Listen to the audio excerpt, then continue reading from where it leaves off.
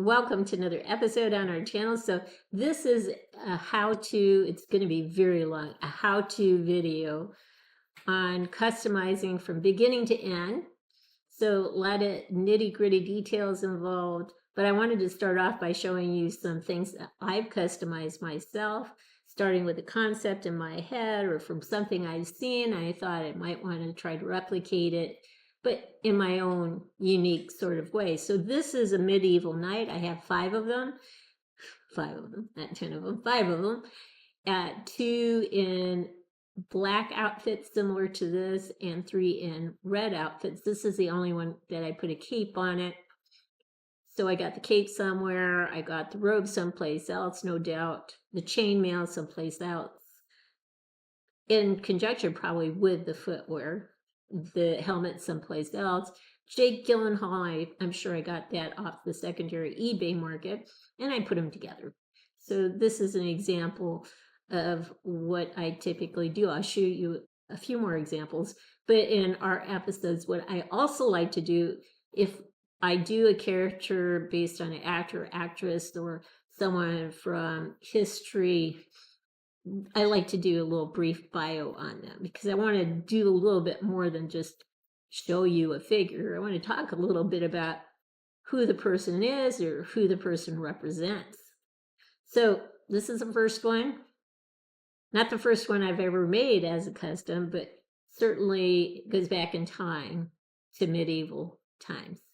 For the longest time, I had one musketeer, this one here, and it didn't have the original head sculpt because it's the most god-awful looking head sculpt on the face of the planet.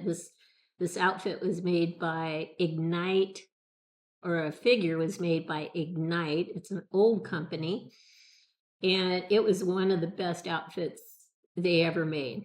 And so I scarfed up that figure and hated the head sculpt, so I didn't use it. So I customized that. I eventually found two sets of clothing and pieces of a third set and customized the rest of it. So he's in back, so you can't see that he's slightly different than the other two. Put a mustache on this guy.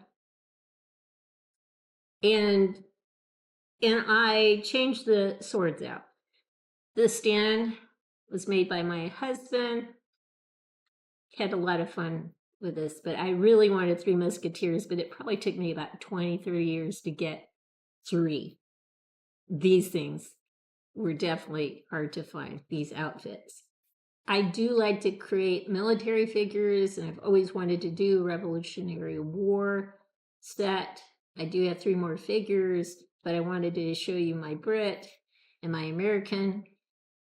Picked up pieces here and there and eventually put these two together. So they are definitely customized, but I'm very happy with the outcomes. I have a ton of Civil War characters, Confederate and Union soldiers, but here's just one example. So we are back, and this is my World War I collection, only a part of it though. I have quite a few more figures, but I originally had a sideshow barbed wire and bayonets, the sideshow barbed wire and bayonets series. And when Dragon and Dreams, their series came out for World War I said, definitely that one's much more improved. So I got the Brit, I got the Frenchman, I got the German, and I got the American. And that's all they did, just those four countries. And as is my case, if I see a better head sculpt that comes along, I will replace head sculpts. The only one that stayed intact was the German. I liked his head, but everyone else had a head change. And they may have had additions or subtractions from their outfits and so forth. The Frenchman definitely was a head sculpt change. Like I said, the Frenchman, the Brit, and the American, but with the Frenchman, I added a mustache. And then I realized, it wasn't just the United Kingdom, France, Germany, and America in World War I. It started out with Austria, Hungary, and Serbia. So I made these from scratch. Added a mustache to this guy. This one already had a mustache, so that worked. I wanted two older looking gentleman. Russia came in on the side of Serbia. Germany came in on the side of Austria-Hungary. France came in on the side of Serbia, United Kingdom, Serbia, and United States, Serbia. And then there was Bulgaria, Ottoman Empire on the other side for Austria-Hungary, and just other players. So I don't have everyone out here, but I just wanted to give you just a little taste of some things I've done on the military side. World War I. This is a small fraction of my World War II set. This is a Highland United Kingdom soldier, 2nd Armored, American soldier, Tuskegee pilot, American soldier. I have tons of World War II figures from tons of countries. Most of them were customized, highly customized figures, as these are. Some came close to what has been available in terms of package figures, but it's always more economical to try to make things if you can help it. One of my favorite Westerns is Tombstone. Now, Kurt Russell is not customized.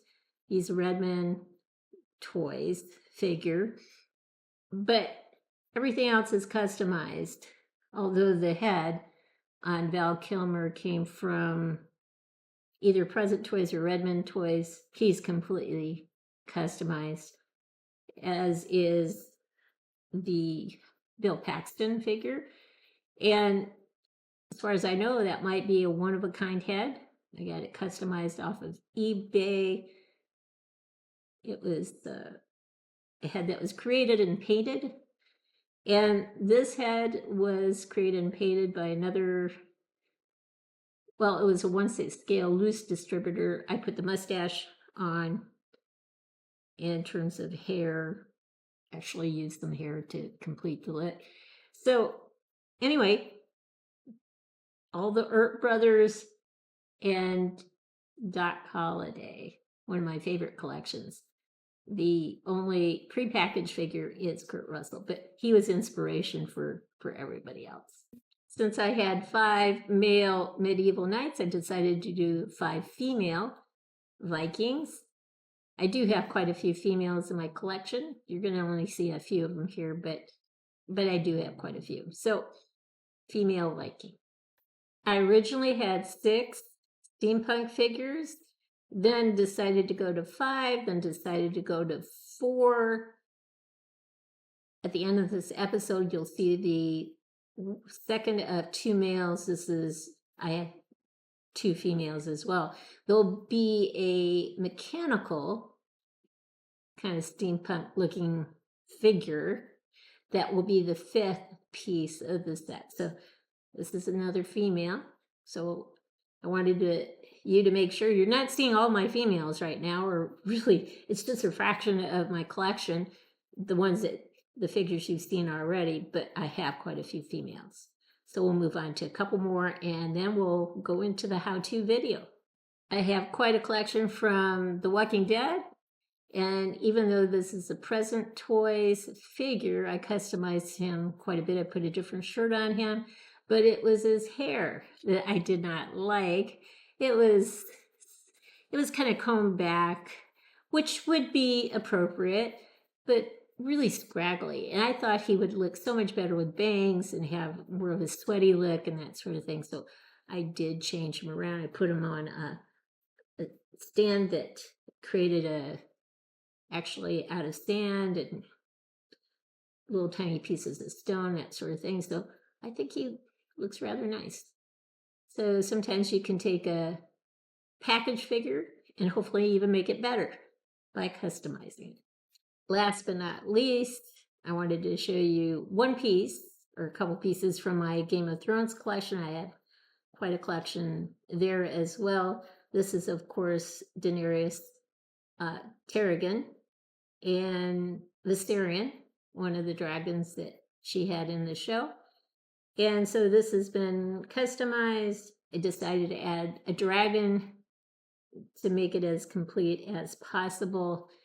Anyway, Another thing that we do in our episodes, which is a little bit different than maybe your typical 1/6 scale figure content creators, is I like to talk a lot about the actor, the actress, or the person of history, talk a little bit about them.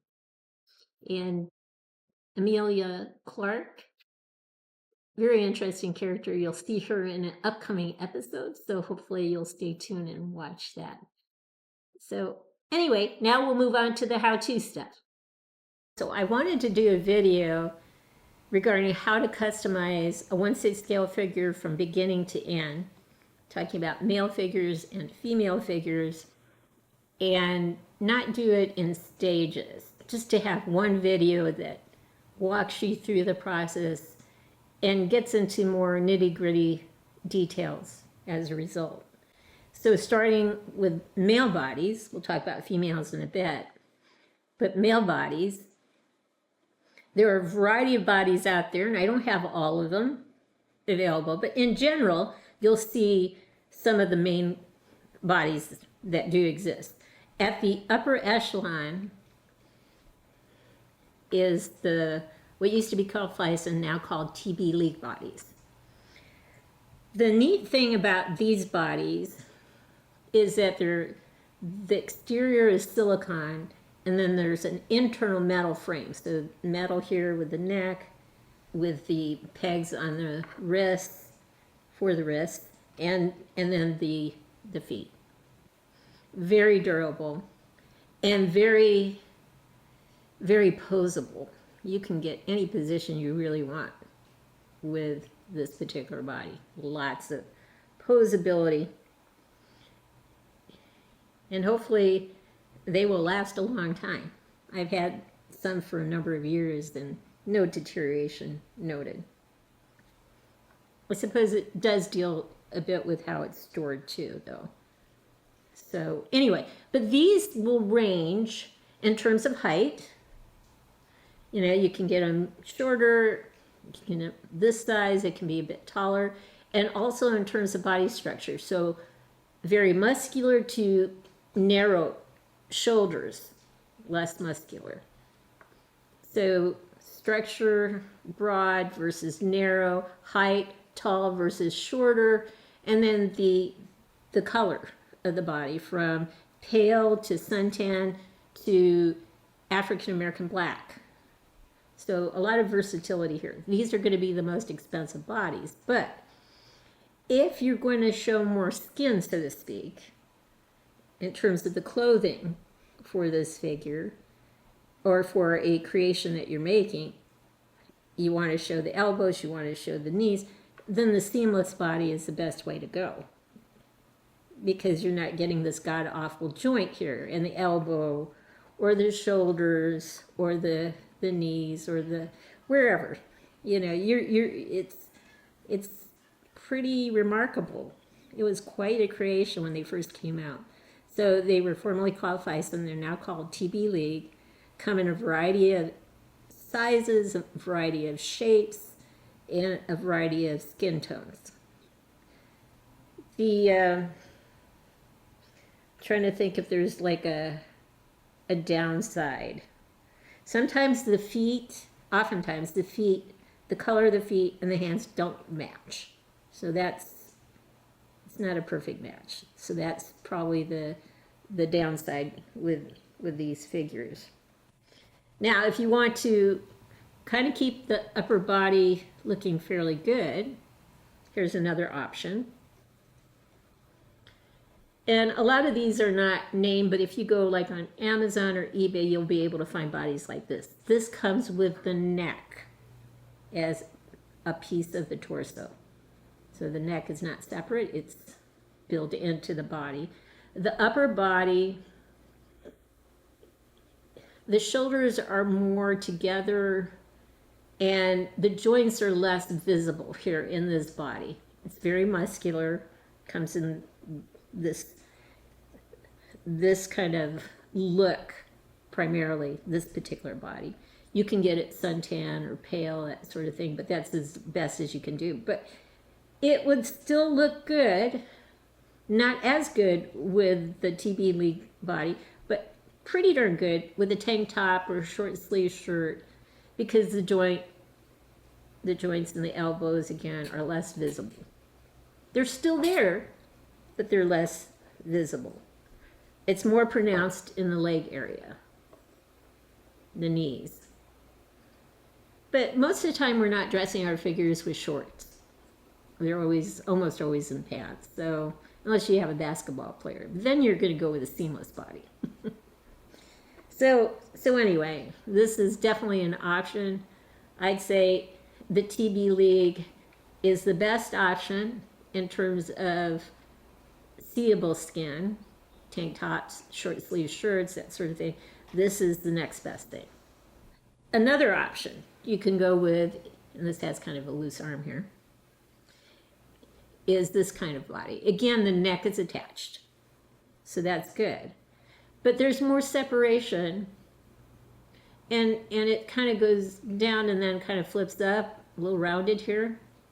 So it's not perfectly or as nicely formed as this body is. Again, there's more of a separation here with the shoulder, and this is more rounded here. And the joints are more visible. You can see the hinges here. But if you're not showing much skin, if it's a long sleeve shirt, this is nice because the neck is attached. You're not going to see a separation there. A long sleeve shirt will cover the joints here in the arms, and pants will cover the joints in the legs and so forth. And it's more economically priced. So it might be wise to go with this body at times. Now, what this is up here is what often is found in a head sculpt. So you have a head like this. There's one of these in the inside of this particular head.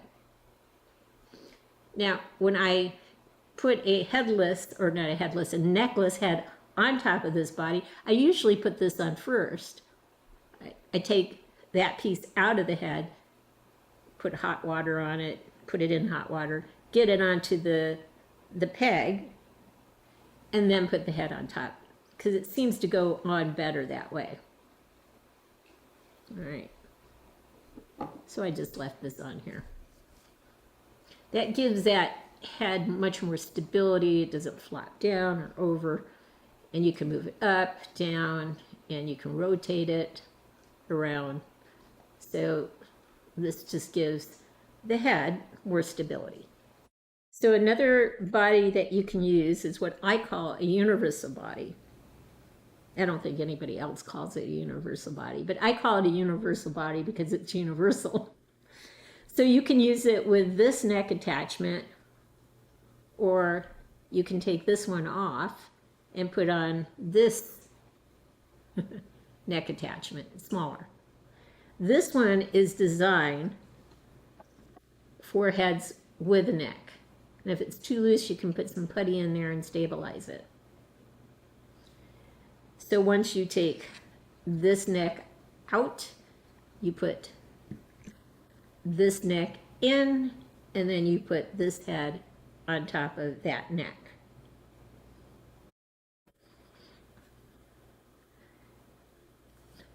Or you can use this neck and use a necklace head. So this piece would then go on here, if it's not already in the head, goes here, and then the head goes on top of that. And again, that could easily fall off without this piece on it, because it goes right into the upper part of the head, and the peg snaps into place. So much more stability. So this is nice in the sense that it's versatile. So more versatility. You can use it with necklace heads or heads with necks. That's very nice. And there are more bodies out there, but this is what I wanted to show because it's a common body. It's a dragon body. It's one of the first bodies that really elevated military figures. Very high articulation to it, easy to move. You can hear it creaking, but easy to move things. Very, very, very posable and so forth. Narrow body. And it will fit a lot of clothes because it's a smaller body too. So just about anything will fit on this body. The only thing is, it will only accept sculpts that have necks. And then you usually have to secure it in, make sure the head doesn't dwarf the body, that sort of thing. So something like this would look really nice. It's a smaller head. Actually, I made the mustache on this one. And I had to fix the ear because it was broken. I got it in a lot. I just thought it was a unique head, so I thought, cool, I'll get that. So these are really older bodies, but they've held up over the years. The bad thing is you cannot take this piece out. Even though it is segmented, you take it out, it's basically broken. It's got a coiled wire in it and to hold it in place, and once you take it out, it's kind of hard to, I haven't figured out how to repair it. It's pretty much done. It comes with feet. You really can't take the feet off. It's very difficult. And then what would you replace it with? That's the hard thing. So it comes with feet. So the only types of feet that are going to work, or shoe wear that are going to work with this, are non-molded shoes or boots. So they fit over the foot. Usually takes hot water. You have to make sure that the size of the shoe is going to fit on the foot. Use hot water, slip it on. Otherwise, you try to put it on without heating anything up. It's almost impossible to get it on. But that's a downside. You can't really take the feet off. I mean, you can if you're willing to sacrifice the foot. You can cut it, pull it off. You can do that, but you're not going to get the foot back on. And typically Dragon only came with 2 hands, and these are the hands. Now these can come out, they're just a pain to get back in, but they kind of have a semi-gripping hand and like a trigger finger hand. Those are typically the hands that, and it was only 1 pair of hands, that was it. So if you want something that fits most of the clothing, all the clothing out there, it's going to be a Dragon. It's going to be harder to find clothing that fits the more muscular guys. Sometimes you'll get clothing, you go, it's a guessing game. You're going to go, that really looks good. Will it work on this guy? Because he's a little broad. Sometimes you'll get a shirt and you want to put it on here and it does not work because it's not as narrow as this one is. So lining the body up with the right types of accessories is important. How much skin you're going to use is important.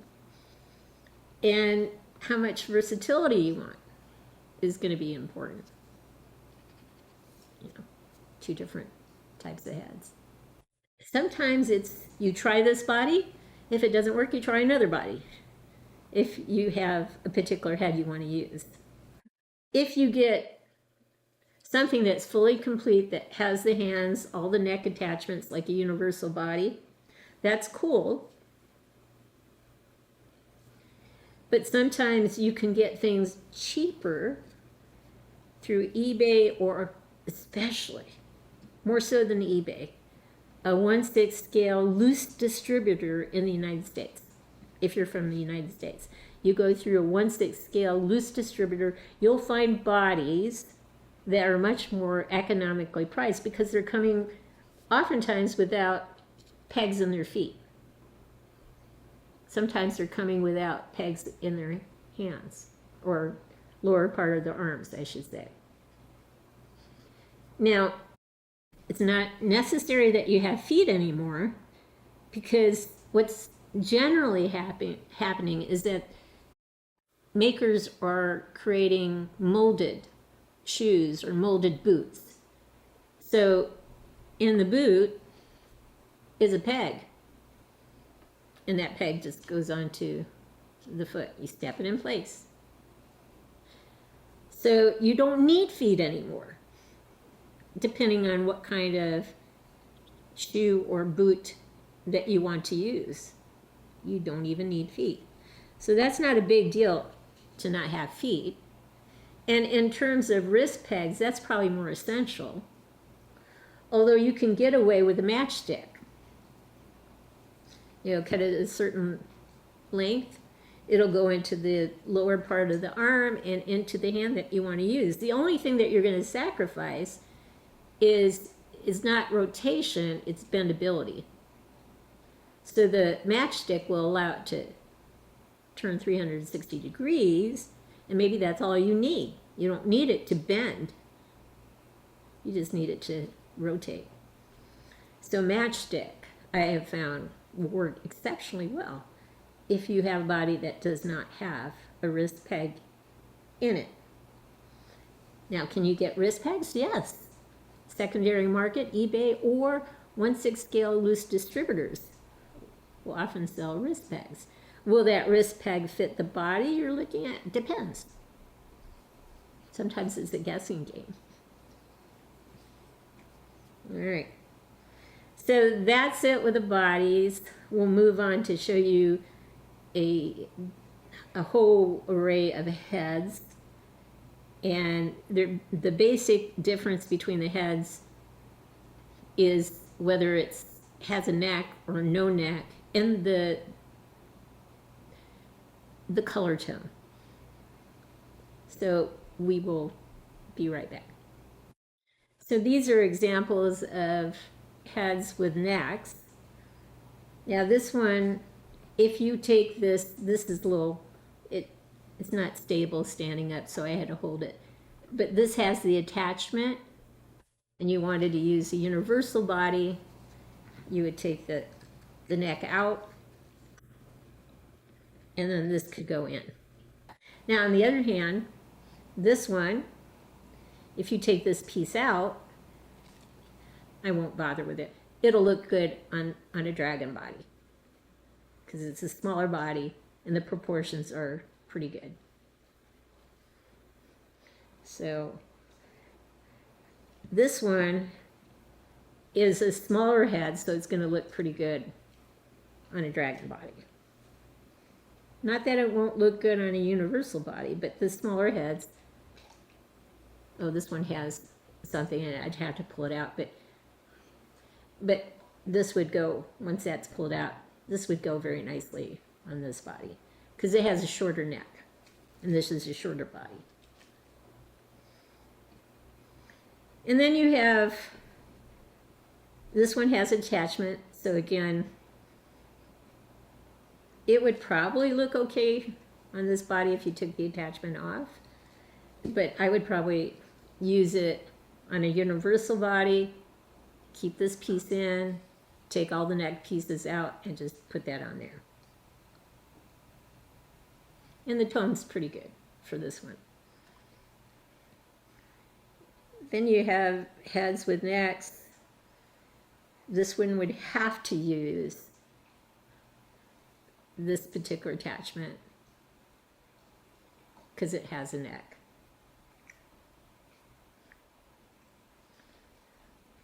Or it could go on this thing. But again, maybe you don't want to use a dragon body. Now when you get to heads, when you get to Hot Toys heads, you probably want to use a universal body. You know, this already has attachment in there, that would go in there.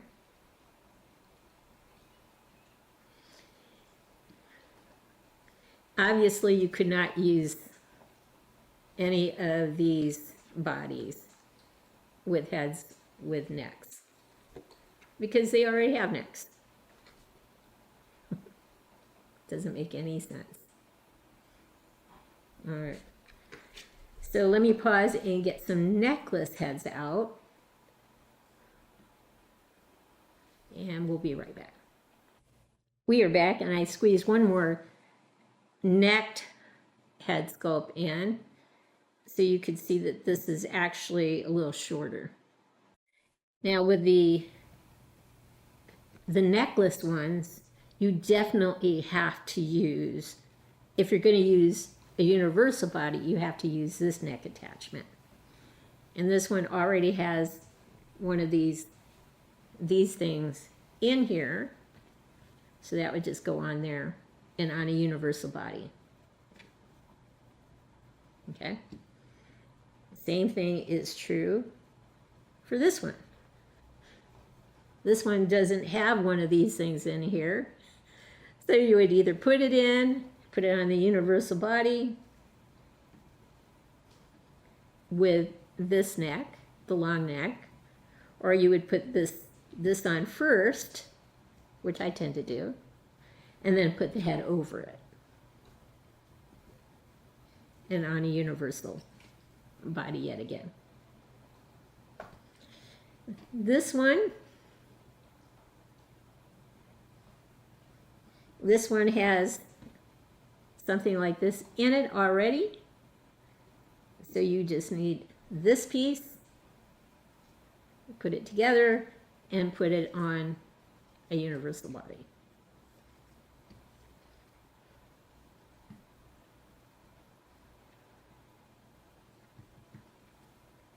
Symmetry. This one, same thing. This one already has this little thing in it. You put this piece into it and on a universal body. Or with all four of these, the other option is it can go on any one of these bodies with necks.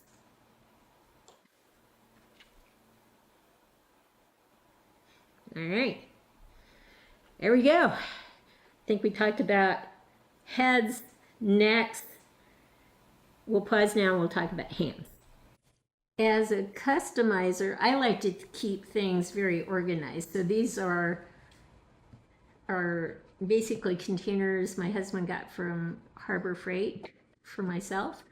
And in this particular one,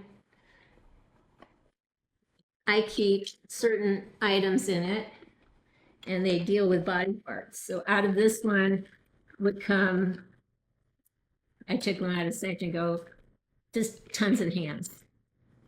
So these are all relaxed hands for right and left hands. This is closed fist hands, right and left. This is trigger finger hands, right and left. And I've got feet in here. I've got all sorts of other hands and feet. Not as many as those. But it's a nice way to keep things organized. Out of that container, I've got a container of miscellaneous hands that came out of that container. Some with fingerless gloves. Let's see if I can get you to see the whole thing. Fingerless gloves. And there's another, there's in the plastic thing, another fingerless glove thing. But they're different shades. I've got wrist pegs, tons of those.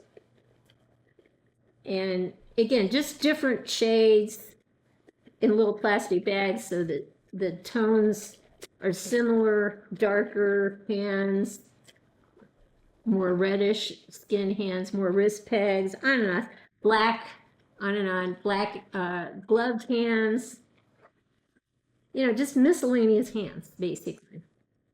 So I kind of keep things as organized as possible, so when I'm building a figure and I need hands, I know where to go. And I think that's very important that you have a variety of things to choose from, because some figures are not going to look good with certain hands. Some you want to have holding weapons, and relaxed hands aren't going to do it. You're going to need gripping hands. So it's nice when you have trigger finger and or gripping hands. Hands are important, and you need a variety of hands. So I can keep all those hands in there. I keep feet in here. I keep neck parts in here. I have male and female parts in there. I have a place where I put bodies. So I have a lot of body parts around the house, as I like to say every so often. So anyway, we talked about bodies. We talked about feet, how the movement now is more in terms of the direction of molded feet or molded boots, molded shoes, that sort of thing, which eliminates the need oftentimes to have pegs. But you can still get pegs. The trick is, looking out and buying the right pegs for the right body. You can get them from 1/6 scale loose distributors, eBay as well. But I prefer loose distributors in the United States because oftentimes you can buy things in bulk and get a much better price that way. Otherwise, I try to look for lots on eBay, if possible. Hand lots, feet lots, if I'm looking for feet, or shoe lots, or boot lots, or head lots, head sculpt lots.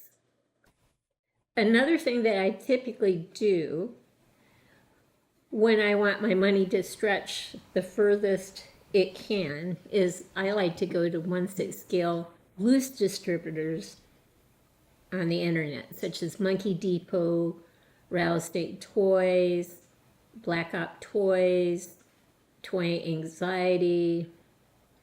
There are many out there. Zerkov's Attic. And look for lots of things. So it pays versus going to eBay because number one, you're probably going to get quicker than eBay because it's going to come from China generally if you're looking for deals. Sometimes you'll really luck out and get a big lot of hands from eBay from the United States. And that's what I'll do when I'm looking at eBay. I'll look for big lots of hands, big lots of shoes, big lots of boots, big lots of head sculpts. When you can find those lots,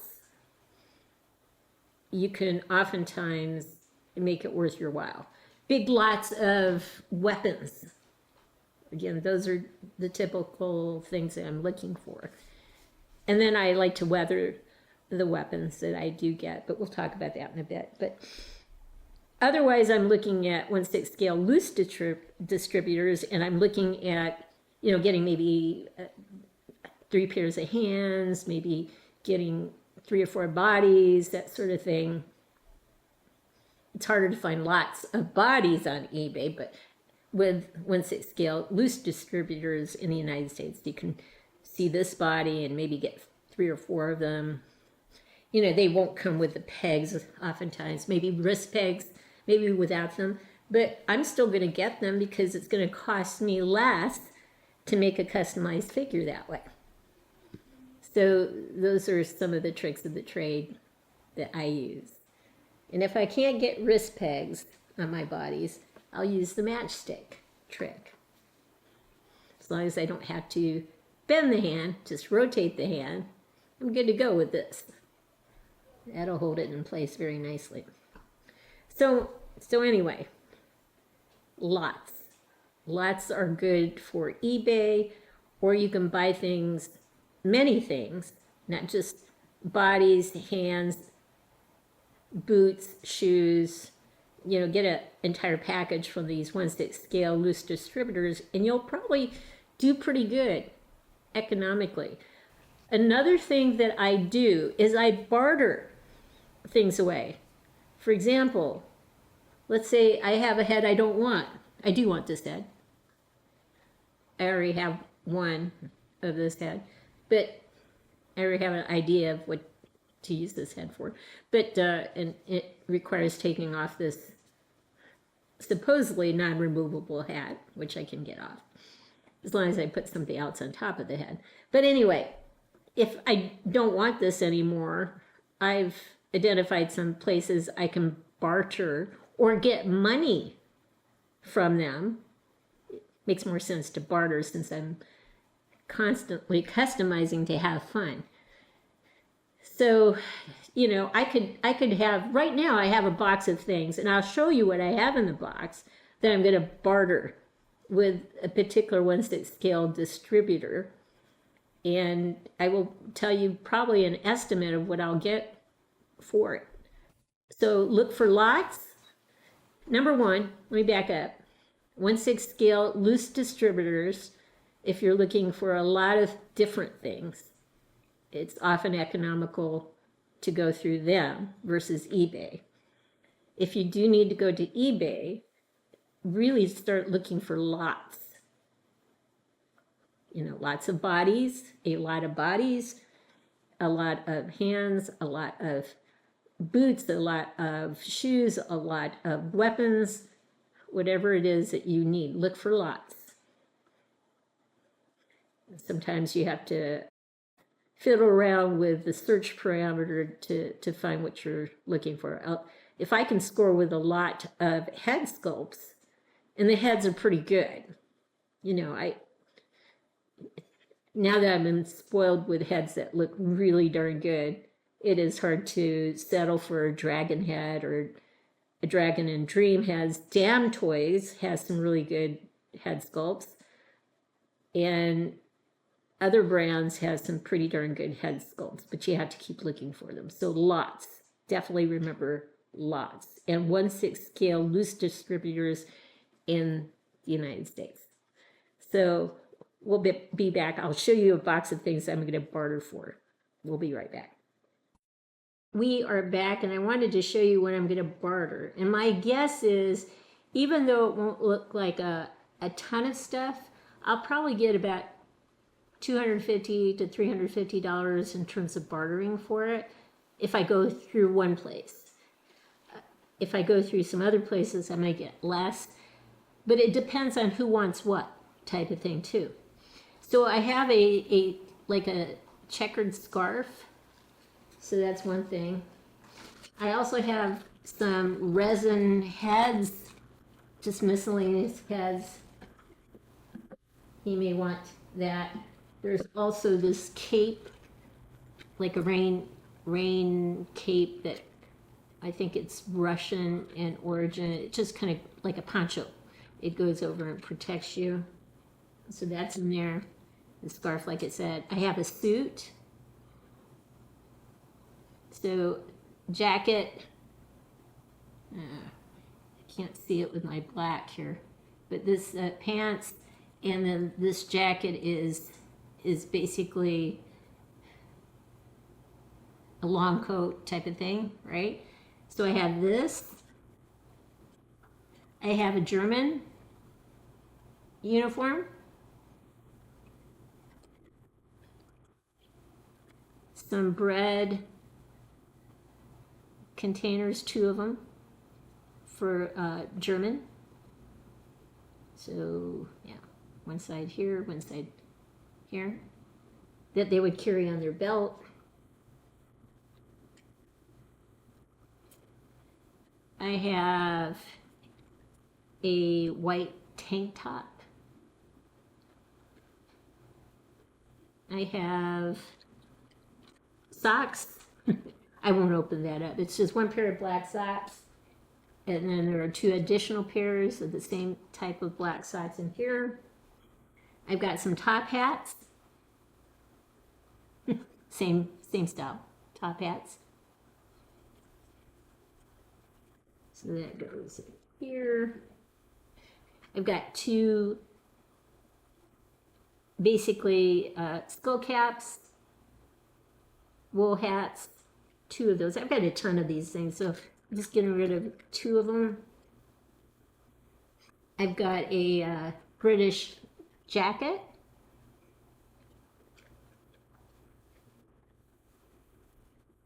I've got some things from Valkyrie, the Thunder version of Valkyrie, the Thunderbolt from Zeus. It's better if it's against the black, right?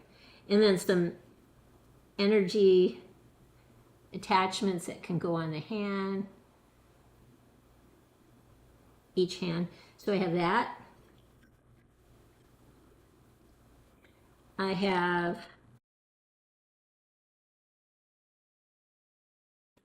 from Valkyrie as well. I've got this upper part of the outfit. And it's amazing what people will buy. The lower part of the outfit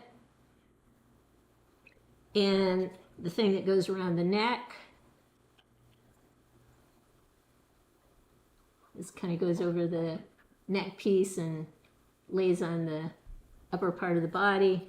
I've got the skull mask that comes with Valkyrie. And I think this is like a smoke bomb that comes with it. So those are some things from that. I wanted to use Valkyrie for something else, the figure. So I think I can part with that. I've got the stand, an extra stand to death loop that I don't need. These take up a lot of footprint space. Can't afford the footprint space.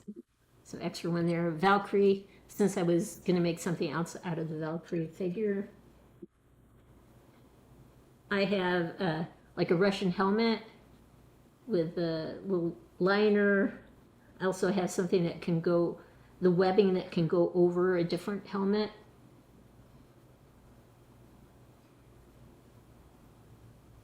And like a bayonet holder and a magazine holder with a magazine and some straps that can hold pants up and that sort of thing. Have those things. Just trying to go through this very quickly. I have another Logan Wolverine belt. I've got another white tank top shirt, black shirt, jeans. I have the basically the arms for the Wolverine that comes with the claws.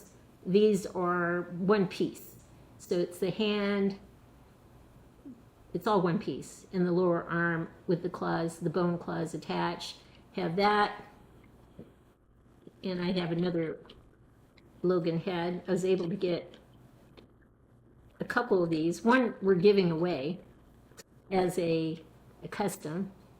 The head of the Wolverine. I've got another pair of clawed arm pieces, all one piece, that I can give away. I've got a couple of vests from Battle Gear Toys. They're paisley. Really high quality vests. I've got a head sculpt. That's another resin piece that I wasn't too happy with, if you remember. This has an attachment for the hair. And maybe the person can use it who I'm thinking of sending it to. Maybe they won't want it. It's not anything I will keep. Chances are it'll be one of those things I just throw in there. Let them decide what to do with it. Sometimes I do that. If I just don't want anything, I see no need for it, off it goes. Machete.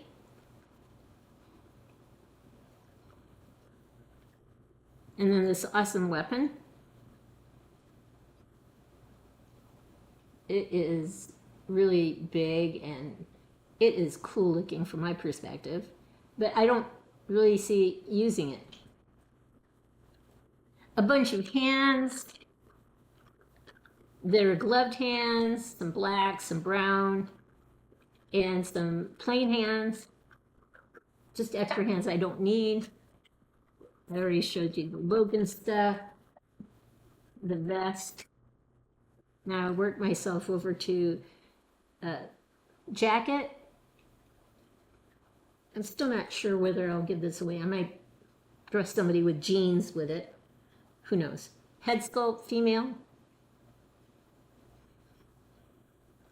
This is like a Captain America older head sculpt.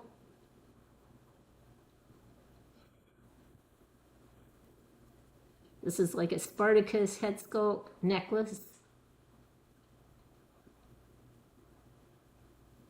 This is a female head sculpt without hair. There are wigs that you can get that would fit on this. Brad Pitt, I had a ton of these things lying around. Got it in a lot for a great price years ago. Anyway, so I have a couple of these that I can barter away. I've got an older head sculpt, but it's probably a Dragon in Dreams head sculpt is my guess. This is probably a Damn Toys head sculpt. It's gonna be my guess. And I think that's about it. But my guesstimate, based on if I do go with somebody I get my money's worth from in terms of bartering, it'll probably be between $250 and $300 to $350 bartering. If I wanted cash, less. But since I love to customize, it breathes life into me, I will barter these things away. I may have other head sculpts. I might want to get rid of other weapons. I haven't gone through everything quite yet, but these are some of the things that I'm thinking of definitely bartering away.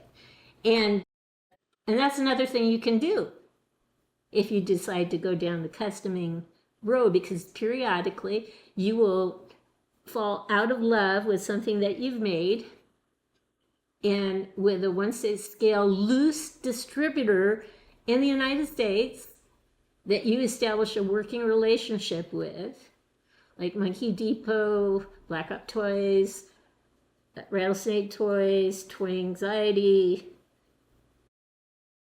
Zircos Attic, you can perhaps start bartering with them if you can establish that kind of a relationship. So anyway, there we go. So earlier I said buy in lots, if possible, buy in quantity from these 1/6 scale loose distributors. But if you can barter, you don't need stuff, they want it, and you can get other neat stuff from them as a trade, it's really win-win. They don't pay any taxes because they're bartering. You know, in some of the places that I barter with, they'll actually pay for my shipping and handling. It's really amazing, actually. It's kind of like a win-win situation. You know, if I get like $200 in credit, maybe I'll go hunt $210. You know, so I get a whole ton of stuff, and I only pay $10. So I'm a happy camper. Anyway, just another idea if you're a customizer. So the exact same container I showed you a second ago has hands, it has feet, it has neck pieces, it even has thighs. And I will show you what thigh pieces can do to a body if you want to make the legs broader. I'll show you those, what it looks like. But there's another way to make things look broader from the torso on down too. So, but in this one, I have things like, let's see, what's in here? So these are like rope, tons of watches, straps, that sort of thing. And here I have gloves, I have gas masks, canteens. Here I have lots of weapons, drop-down holsters, handguns. Over here, more weapons and rifles, shotguns, sort of thing. This one is is this one. This one is pouches, everything pouches related. This one is pieces of leather. You don't know when leather might come handy. This is twine. Don't know when that'll come handy. This is just material useful for making bedrolls and that sort of thing. For sandbags, but these are ready-made sandbags. And some of these small boxes I have like necklace, really fine necklace pieces and all sorts of things like lighters and cigarettes and rings and all sorts of just metal pieces. Other places I have hot glue, I have wire, I've got metal gear pieces that are steampunk-like and so forth. I've got just tons of miscellaneous things. I just don't know what they'll come in handy for. I have also here, I have this elastic, and you don't know when this will come in handy for like a strap to a rifle, assault weapon, that sort of thing. This is a piece of wood, I guess.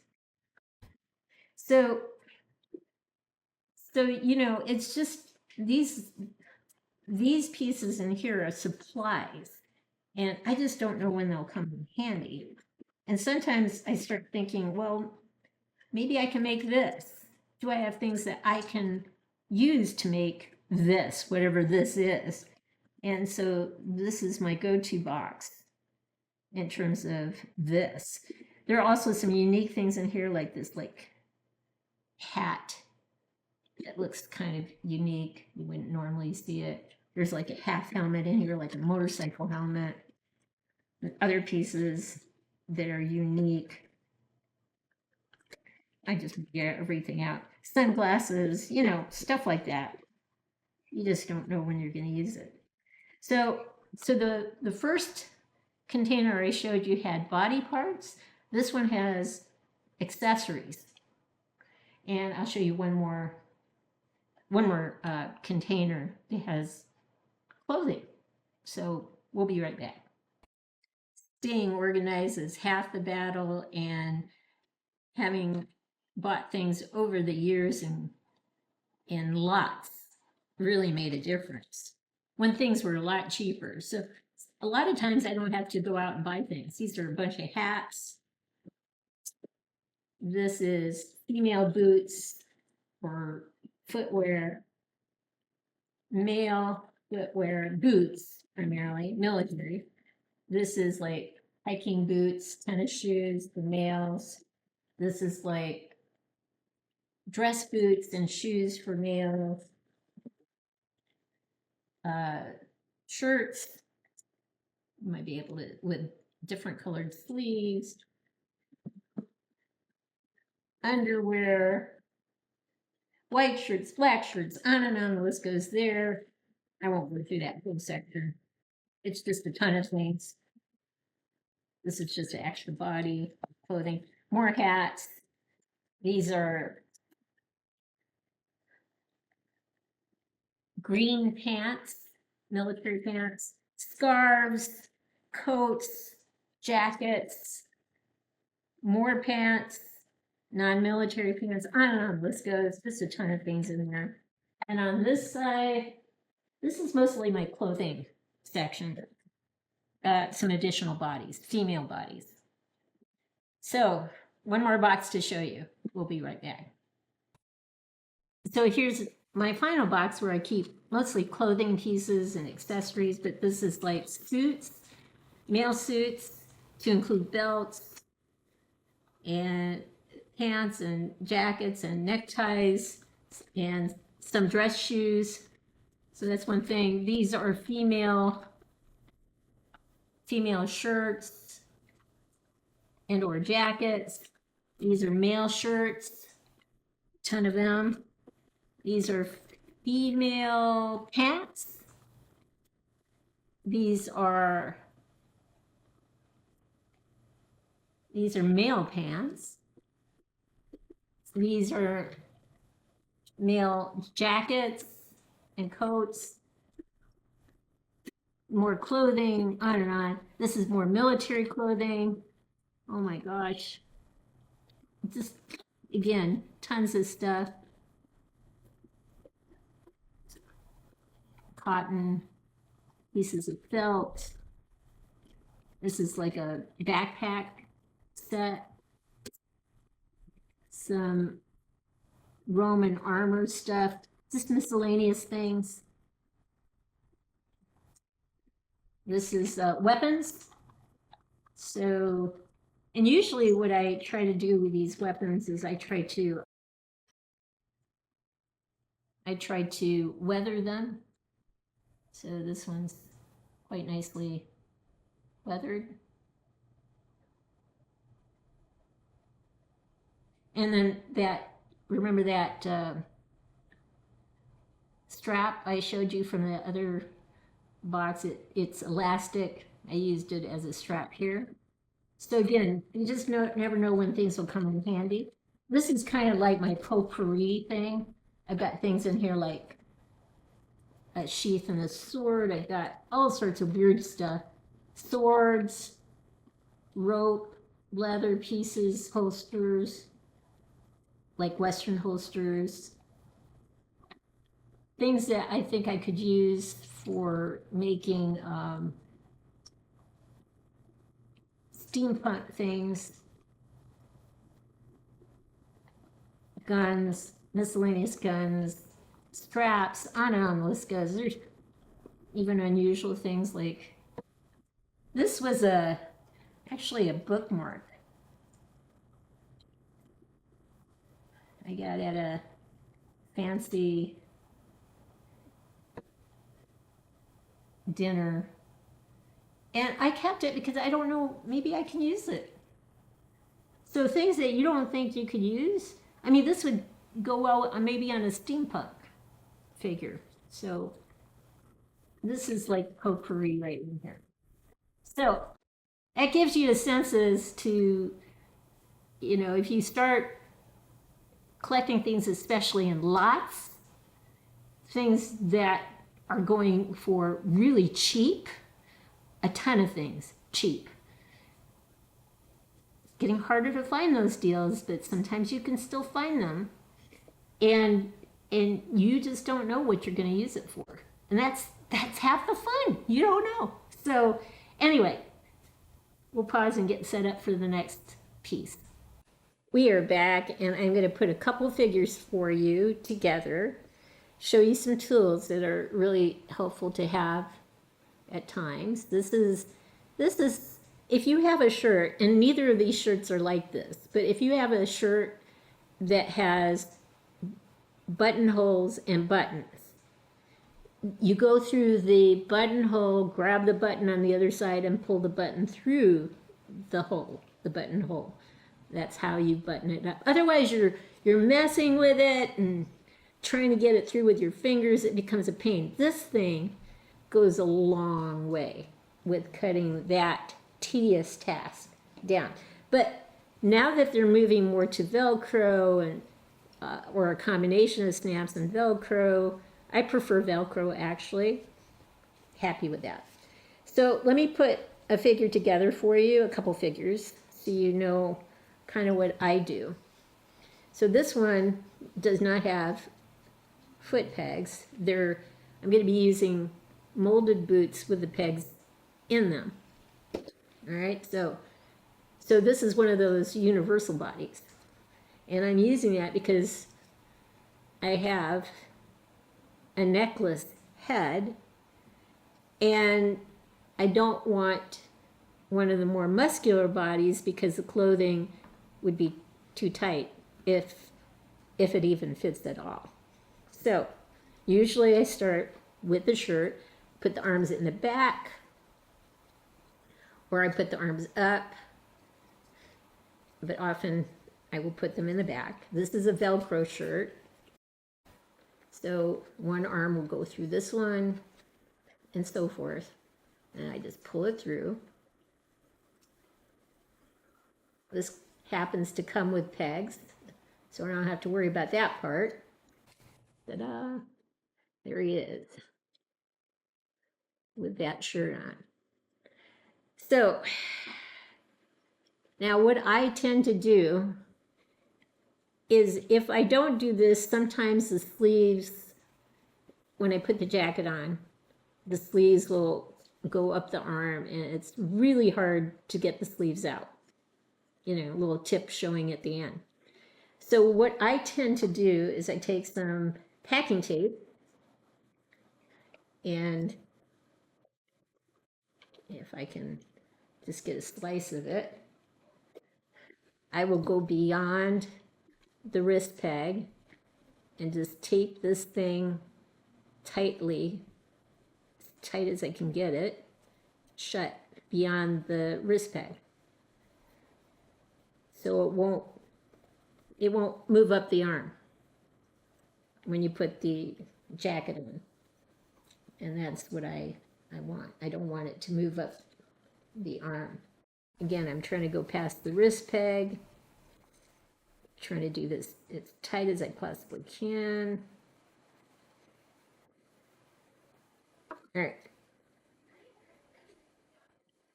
Then I put the arms behind him. Yeah. Slip the coat over the sleeves.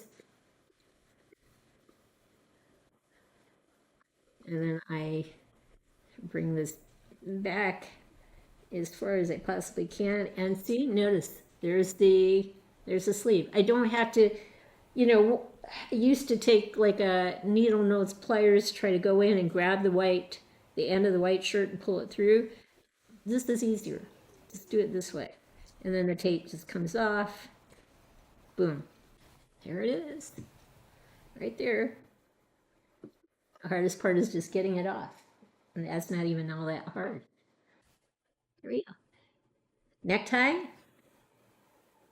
So it comes with, this one comes with elastic, which is kind of cool. So that's going to go on before the head. Just put the collar up, slip it over. There we go. Now sometimes when you get the shirt on and the necktie, sometimes you see the back of the necktie, that piece there, it's like it's not nicely lined up. Sometimes what I'll do is I'll take double-sided tape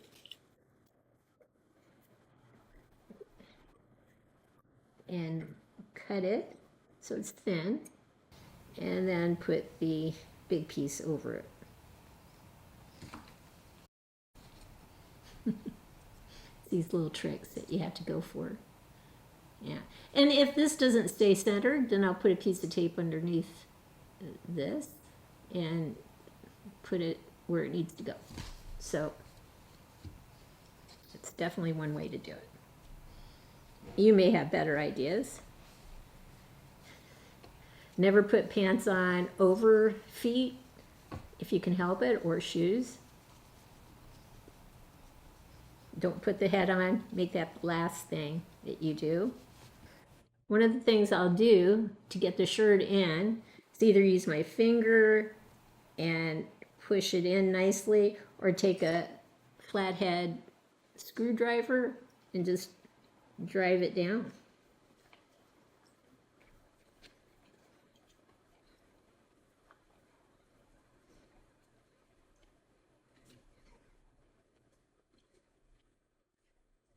It's a very nice, easy way to do it. And then the belt, that's the hard part, threading it. You have to pull the little piece that goes into the hole of the belt. Pull that down.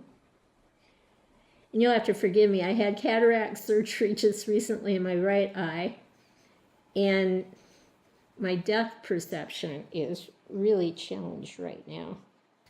And then sometimes you can't get it through the belt loop. You know, this is very flimsy. So sometimes I'll get it situated, then I'll take the flathead screwdriver and just push it through.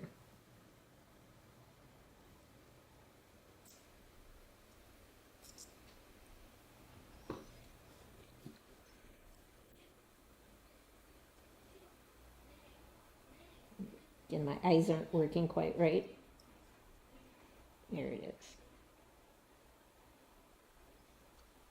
There we go. These, as I said before, are molded shoes, so they have the pegs. The pegs can fit. Instead of using feet and putting a shoe over it, you just use the shoe as the foot. So let's put that on. And put this one on. Hopefully it stays on. Seems to be doing okay. We're getting there.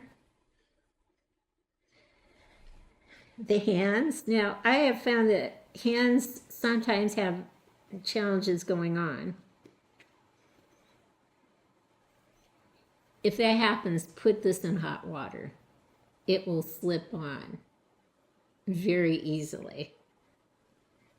Hopefully I can get these in. Okay, it works.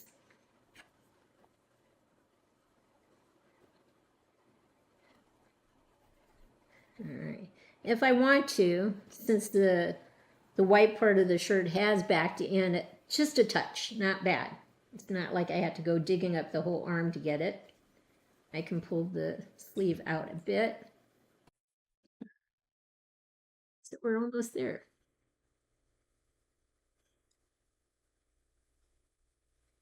So the head,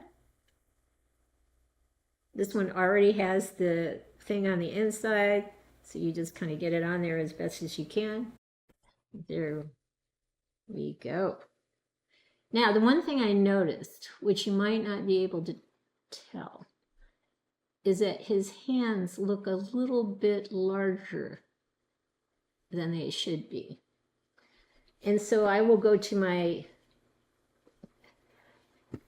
hand box and I will try to find hands that are smaller, if there is such a thing. I think I've identified. Now, these look smaller. See, it is smaller, but the color is a little off. So I have these hands. See, smaller. Color's better. So what I would probably do is change out these hands for these hands. Now I'm going to have trouble with these two relaxed hands though, because you won't be able to hold the stick. But I might put some hot glue in the hand, or have him actually hold the stick with both hands, counterweight. So here he is. The tie is good. If I needed another piece to keep it attached to the shirt in a straight line, I could do that, but it looks good now. His belt is perfectly, you can't see it, but it's on fine. Use the straight edged screwdriver to push it through the last loop. That worked out great. Then I'm using counterweight for him to hold the cane. I've got him in a pose that works for me. But if you notice, these hands, I should say, are a better fit for this head. So it's nice to have a variety of hands to choose from. This head will not look good with these hands if they're close to the face. The only other thing you can do is put the hands down lower and maybe twist them at an angle so the size is not so evident and competes with the proportion of the face. I forgot to mention one other thing that isn't a problem with this figure, but sometimes the clothing, the body, the shoulders are too far down. Sometimes you can get a munchkin look, sometimes you can get the neck way too long. Sometimes what I do with the neck way too long is I'll put a little cotton under the jacket. I don't need it here. But on the off chance that the neck is way too long, bring the shoulders up a bit. If the neck is not long enough, try to put a little cotton in between the head and the neck and use a little putty to hold it in place so you elongate the neck a bit more. We'll go on to the last figure, the male figure, and show you how to put that one together. We'll be right back. So this one I'm going to use a more muscular body because that's going to fit with the character that I'm going to use. Now I could do one of two things. I do want to make the legs a bit thicker, so I could use thigh enhancers. Haven't told you about those yet. But basically you just wrap these around the leg and it will make his leg a bit thicker. Now you could do that, or in this particular case, I have a body padding system made out of material that I can put on this guy. Make sure the knees are in the right place.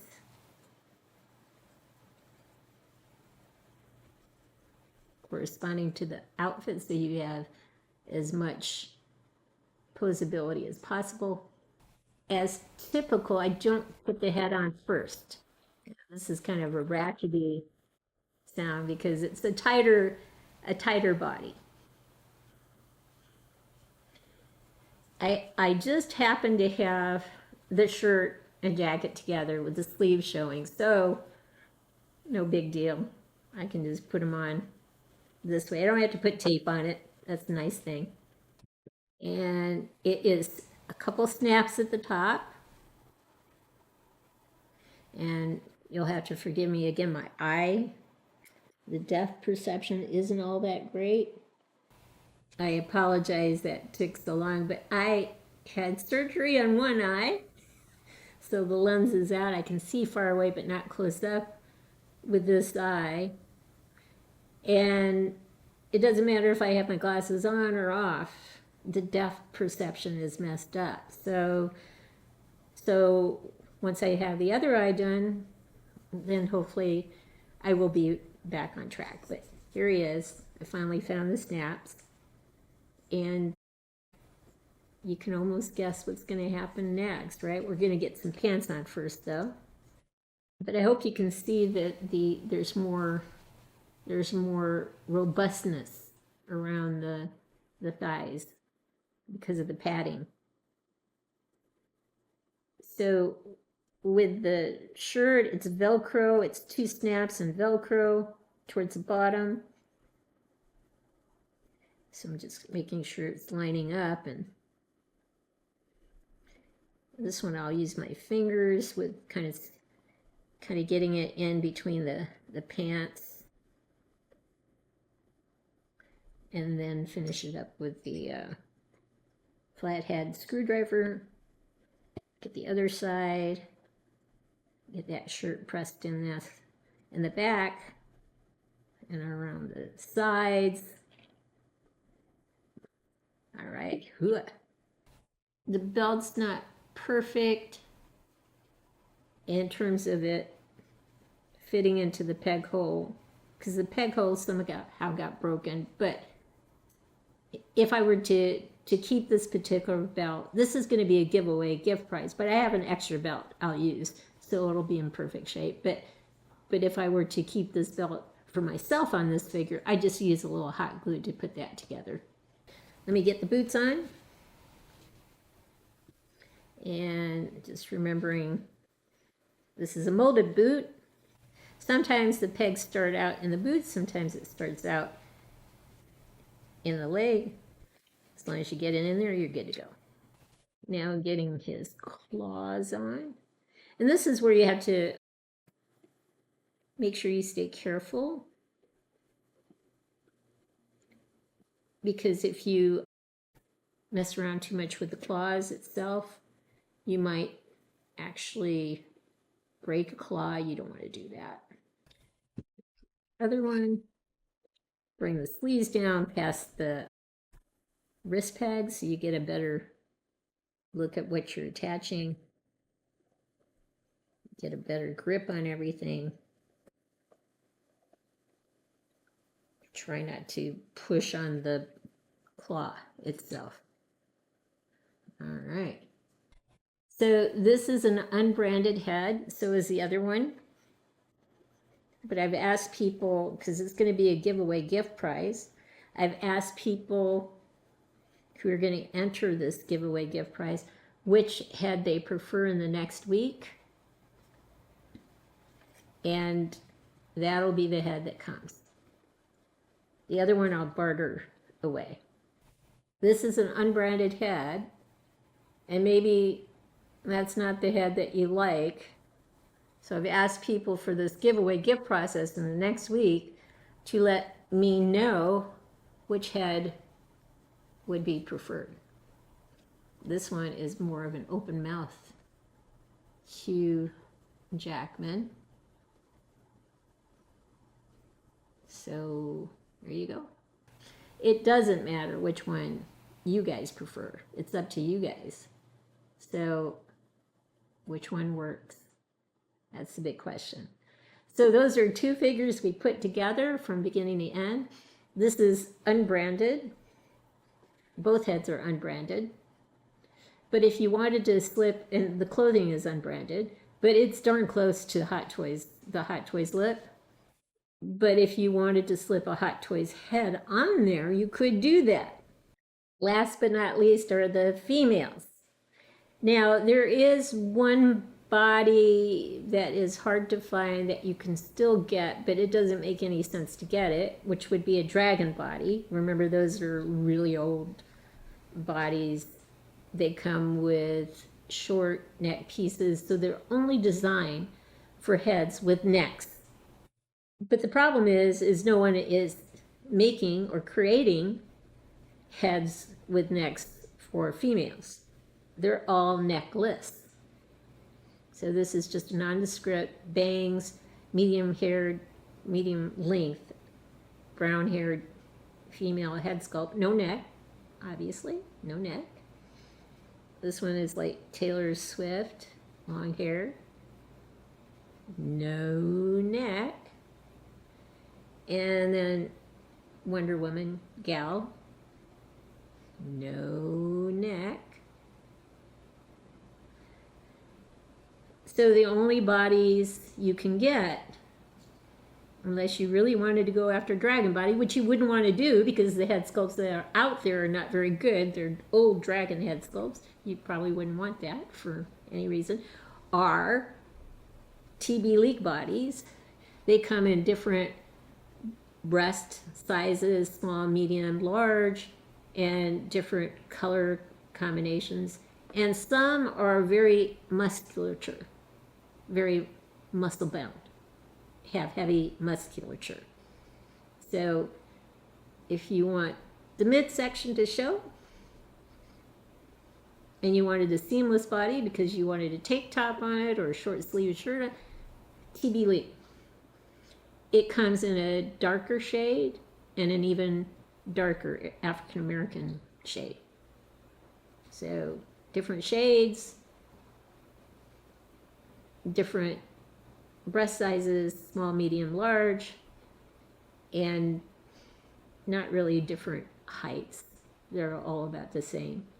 But musculature, that's going to be a bit different. The other bodies that are out there are kind of like articulated with seams. It's not seamless. I mean, the joints are very visible here in the arms and knees. But the midsection is going to be silicone. So as long as you're hiding the skin, you got long sleeve shirts, so forth. This is going to be the one. because it's more economically priced. I already have high heel shoes on her. Okay, so let's put something together. I'm going to use not the TB League bodies, but I'm going to use a more economically priced body. It's this one. So it has the visible joints in the arms and in the knees, the elbows and the knees. So I'm going to put a skirt on her. She already has her boots on.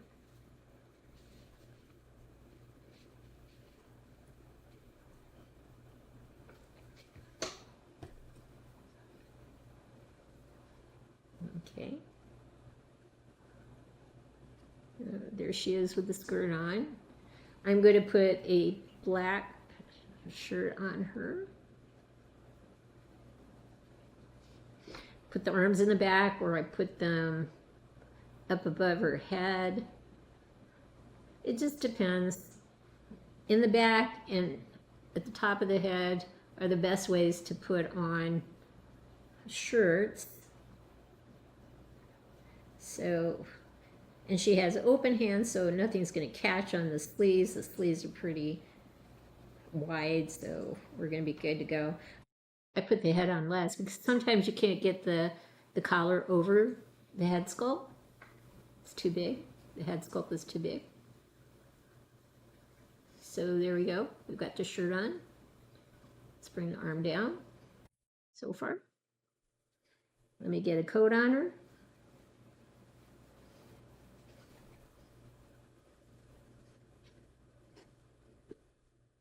And this is where you could put the arms in the back again and do it, but the coat's big enough where I didn't have to do that. Okay, so far, looking good. She already has this little piece adapter that goes into the head. This is on there to stabilize the head. We can bring her hands out a bit more if we want to have her hands show. Sometimes when you have long sleeves, I kind of flip the hands up a bit so that the hands are showing. Sometimes you have to roll the sleeve up. It just depends. All right, last but not least, this is a head that I put together. I actually braided the hair, just a strip of the hair for the back, the front and back. I want to make sure there's no hair in the way. The nice thing about females is generally they're made to be rooted hair. Very rare for males to have rooted hair. It's usually molded. But I want to get all the hair out of the way so I can slip this on. Now the one other thing I want to do with her is I want her neck to show. So I'm going to take a little piece and all with the little hook on it and just kind of grab the shirt, kind of drag it down a little bit. Because she'll look better with the hair or the neck showing. See?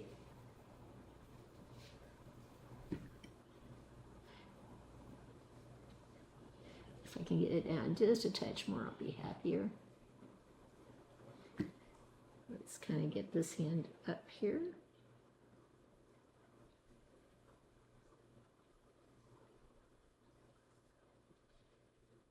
Yeah, maybe not. Maybe have one hand down lower. One up. Or maybe both down. We'll get it right eventually. All right.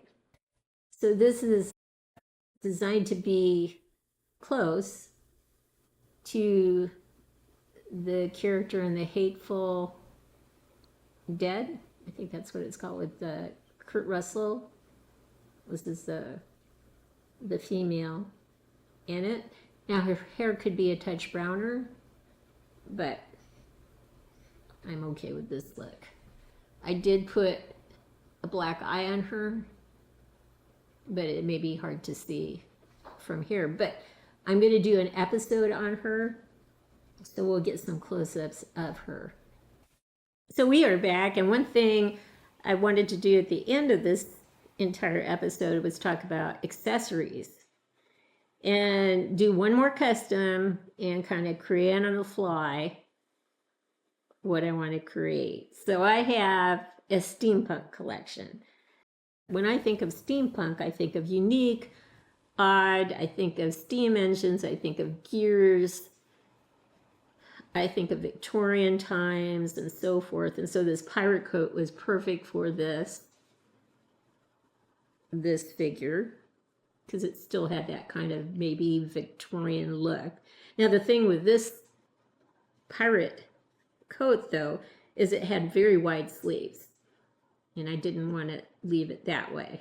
I also wanted to bring things down for continuity's sake, so I cut off the sleeves, big pieces at the end, and I made gaiters out of them. So this is the same material as up here. So there's continuity from here on down. Another thing I did is with the vest. The vest had two flaps coming down from each side. Move it over here. Each side of the vest. It came down to about, I don't know, about here. And what I ended up doing is taking that piece and sewing it on the sides of the pants. So I've got the blue coming down. So the brown coming down to here, and the same material, the blue coming down to the sides of the pants. So it's just something to give it more of an avant-garde kind of look, unique look. And that's some of the stuff that you can do with accessories. When you see one piece, maybe think of 2 pieces or 3 pieces.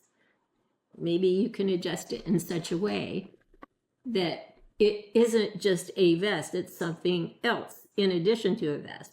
Or it's not just a coat or a jacket, it's something else in addition to a jacket. Like in that case, it was a jacket and gaiters, and it was a vest and like side pockets.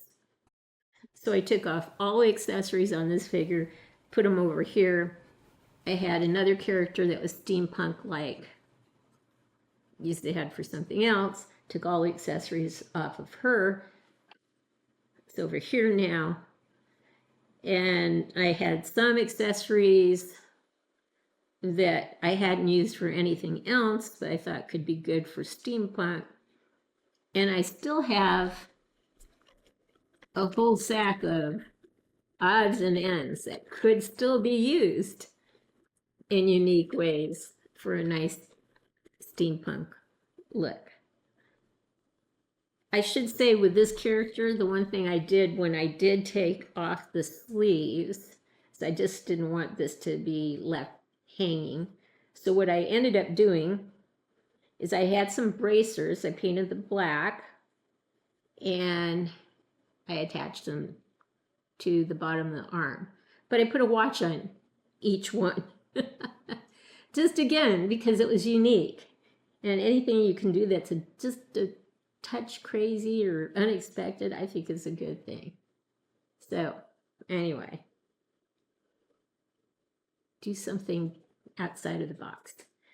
So let's see what happens. First of all, though, I'm going to use a certain set of clothing. Maybe I'll change some things up. Maybe I won't. We'll figure it out.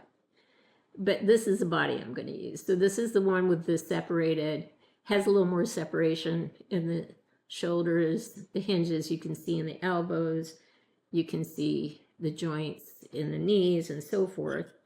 So this is not something where you want a lot of skin showing. And so it's very acceptable for my purposes because I'm going to have them fully clothed. So none of this is going to be showing. So this is a body I could use for this. If I was going to have more skin showing, I would want to use a TB League body that's seamless, silicone and seamless. I don't need that because this is going to be fully clothed. So this is perfectly acceptable. I'm going to start dressing him. He does have a loose arm here, but that's okay. I'm going to start dressing him because I know the basics, at least in terms of the clothing that I want. So I want these pants on.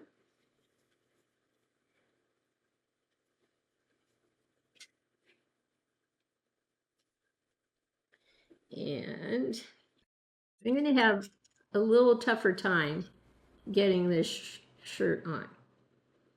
So I'm going to start with the arms up.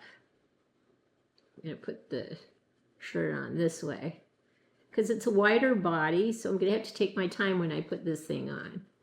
First, I'm going to get it around the arms. I don't want the head sculpt on because getting the thing over the head in addition to the arms can sometimes be a lot more trickier. So let's just start here with the arms. And what's going to be the challenging part is getting the shirt over the basically his shoulders. So I'm just going to start one side and then just kind of keep pulling down on the other side, and little by little, hopefully this thing will eventually pop on. I won't rip anything, hopefully. Over at the side.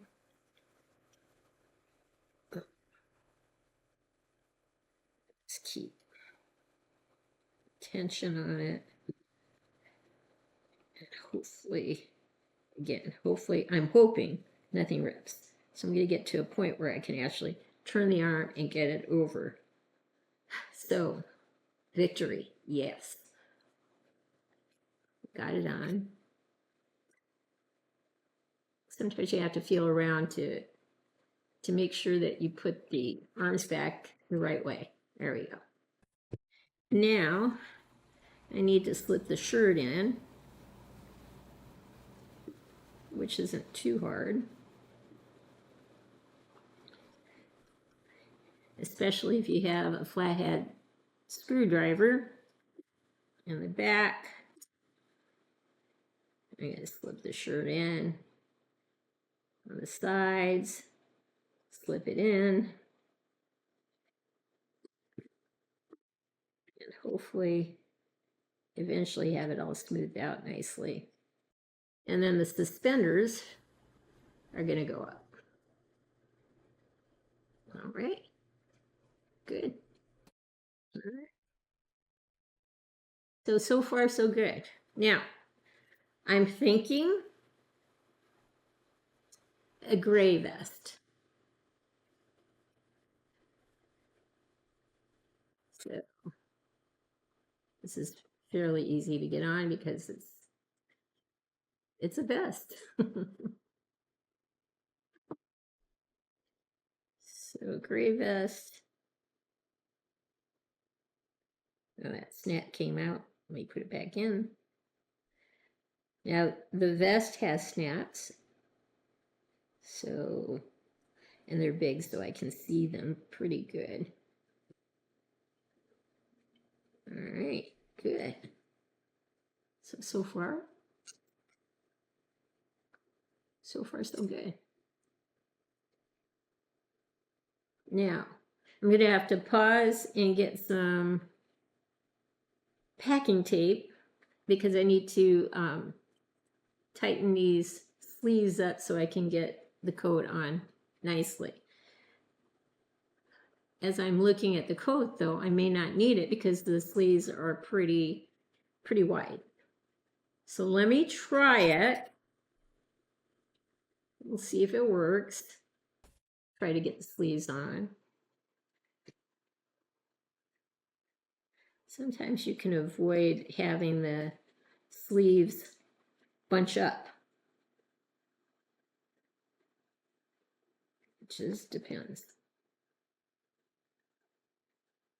Haha, it did it in this case. On one arm anyway. Oh, good. Look at that. It did it on, again, it was just a guess. I looked at the length or the width of the sleeve and I thought, well, it probably will go on. And it did. All right. So good. Since on the other male I have boots on, I don't think I'll replicate boots on this guy. I think I'll use shoes. He's got pegs in his feet. and these are molded shoes. So unlike shoes that have to go over feet that are already on the body, you can just put the, hopefully the peg into the shoe if it's the right size. That's a challenge. Sometimes it isn't the right size. And this is feeling like it's not the right size. Since I'm not really giving this thing away, one of the things I do is I put something around the peg to make it a little bit bigger so it's a snugger fit in there. And oftentimes it's just a little hot glue I let dry on the peg ball itself, and then it'll go a bit nicer into that opening there. So let me pause, let me get some hot glue, and we'll see if we can make that work. So we'll be right back. So we are back. I put the tie on. The back of the tie I attached to the front of the tie with double-sided tape. And then the back of the tie, both ends of the tie, on the absolute back of the tie, I put double-sided tape on to attach to the shirt so it would be a nice fit under the vest. And it's doing well. Now the sleeves, the white sleeves are showing too much, but we'll make that adjustment down the road. The other adjustment I'm going to make here is I'm never going to button the coat up. If I do, then the accessories are not going to show on this thing. And this is designed to button up, and it has snaps on it. I don't want the snaps to show, so I'll be taking the snaps off with an X-Acto knife, and it's just very easy to do. So let's pause, not waste your time. I'll take them off, and we'll be right back. We are back, and I kept the snaps that I had taken off from the coat. I put them together. I'll keep them in some sort of box. You never know when those are going to come in handy. So now my next decision is, what hands should I use? I'm thinking about using trigger finger hands. And I'm not sure if I'm going to use, in the end, ungloved hands or gloved hands, trigger finger or relaxed or what have you. But for now, I'm going to put trigger finger hands, ungloved ones, on. And the best way to do this is with hot water. So I'm just going to slip them in here, give it a couple seconds. If you do this in a microwave, it shouldn't take long. So we'll pull one out. And let's put him on the side here.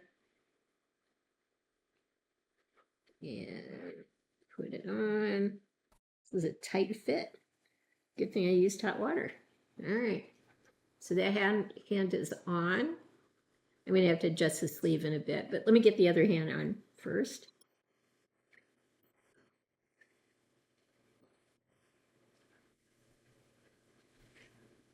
Usually what I do is I push the sleeve back until the wrist peg is showing fully. And that usually is the best. That went on a lot easier. Okay. I probably didn't pull the sleeves back far enough. All right. So he's got his hands on. He's got his clothes on. He's got his feet on. Everything's there. All right. So what I'm going to do is I'm going to fidget with the sleeves a bit more so I don't have so much sleeve showing. So normally I don't put the head on till the last, but I just wanted you to see this figure with just the clothes on and the head. So it doesn't have one of these things in here already. So it normally is easier to put this on first, then put the head on. So we'll just do it that way. Oh my gosh. And I just love this head sculpt. I think he speaks Victorian to me and equally steampunk. Perfect. So now it's a matter of accessorizing him.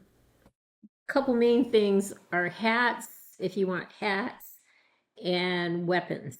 What do you want to use in terms of weapons? So I have a Victorian looking, like with goggles, this hat, which would look, it's actually too big, isn't it? So I would have to find a smaller one or pat it a little bit. I do like the Victorian hat. I also have a cowboy hat with goggles. I think I like the Victorian better. Now the question would be is, what goggles would I use? Because it would be disappointing not to have goggles for steampunk. So it depends on what I put on him. If I put mostly silver on him, then obviously I'm going to go with these goggles. If I can find a way to put a little of this brown on him, or browns, then I'll probably go with this one. We are back, and now it's the weapons that are the big decision to make. I kind of have here, I don't kind of have here, I have here dueling pistols. They're very cool looking.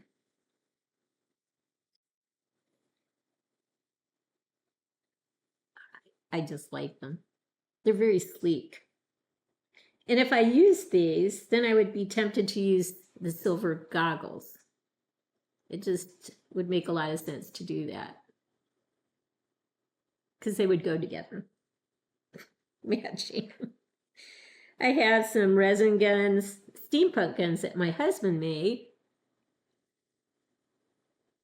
And what I did is I had two matching metal buttons that kind of look like drum,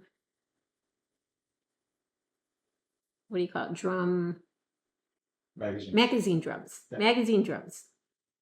So just something you wouldn't expect seeing. Decided to put it on here. And again, if I chose that, it'd make a case to use the silver looking goggles. I do have these guns. My husband made these. On one of them, I painted it's like a 2-barrel shotgun. So what's that called that makes the switch back from one to the other?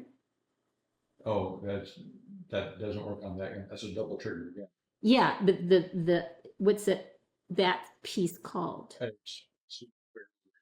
A barrel release. So I painted that in copper, and then the triggers on each side copper. And what I used is the upper part of a boot to create a holster.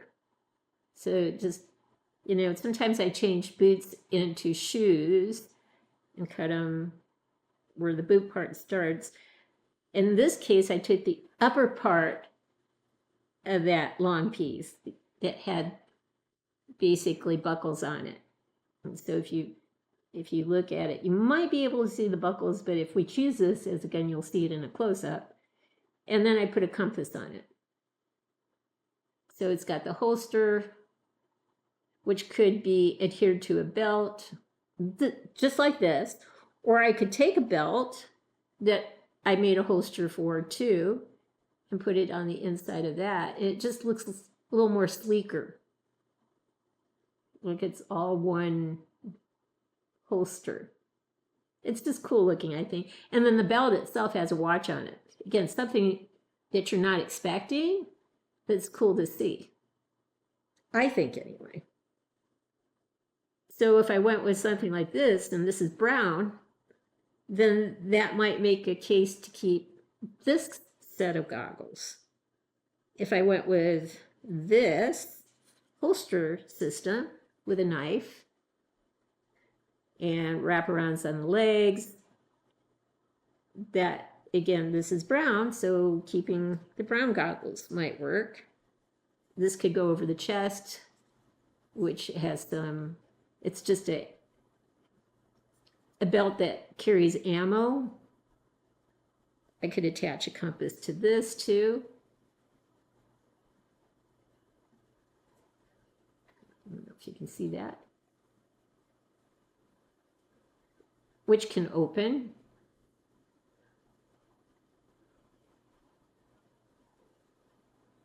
Sorry, my eyes are a little, again, I'm still struggling. Actually, I don't know if this does open or not. Maybe it doesn't. Oh, yes, it does. So it could open. I could attach that somehow to this ammo belt, give it another oddity in terms of look. Endless what I can do. I have this pouch, which is it's a Japanese pouch, but what I did is I covered the Japanese symbol with a copper finished paper fastener, very miniature one. I just poked it in and took the metal pieces and straightened them out, and that holds itself in place, and you can't tell it's a Japanese pouch. But it's cool looking. Has a nice weathered look. So again, if I go with browns, probably keep the brown goggles. And maybe want to add something of this tone in somewhere else too. So lots of decisions, lots of choices. This thing too, I think is, well, let me back up. Here's a watch, pocket watch. This is silver. And if I go with this, again, I'd be tempted to go with silver goggles. Might have to find a black holster or something like that. The other thing I have is this. I don't think I want him to wear it,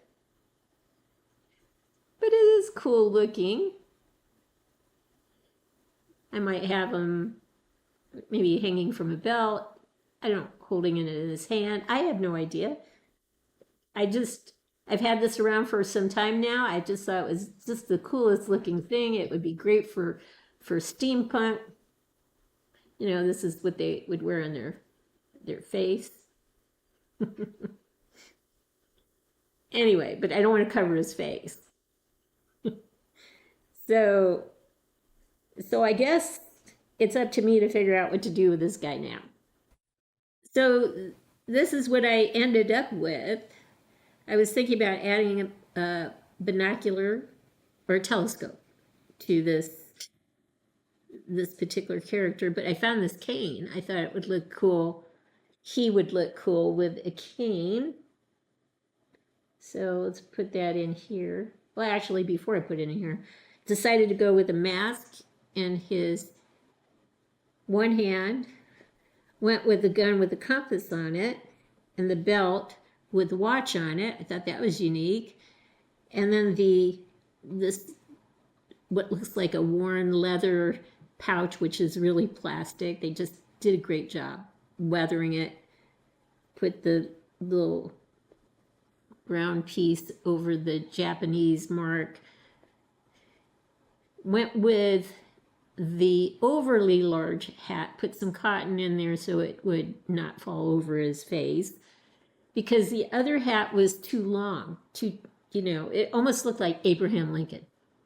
So decided to go with the silver goggles, even though I had brown in here, because this is silver, this mask. This cane has some silver elements in it, and the watch has some silver elements in it. So decided to go with the silver goggles. I was kind of surprised I did that, but I think that's a better touch. And again, cotton to lift the hat up so it doesn't fall over the face, and this cane. So we would just put it in here, and it'll just be held very nicely. So we were going to show some close-ups from the bottom of the stand all the way up to the top of the head, but we're going to make this an entire episode and re-show our steampunk collection as it stands now. So I've reduced it from 6 to 4 characters 4 1/6 scale human characters, there'll be a 5th mechanical character in the middle, and then some other, how can I say, props attached to the steampunk collection. So it's been downsized. And I hope to do that with some of my other collections that are more than 5 characters. So anyway, this was a process. I hope you've enjoyed the journey. If you have, and you've learned some things along the way, consider giving us a thumbs up and subscribing to our channel. In the meantime, everyone, please have a great day.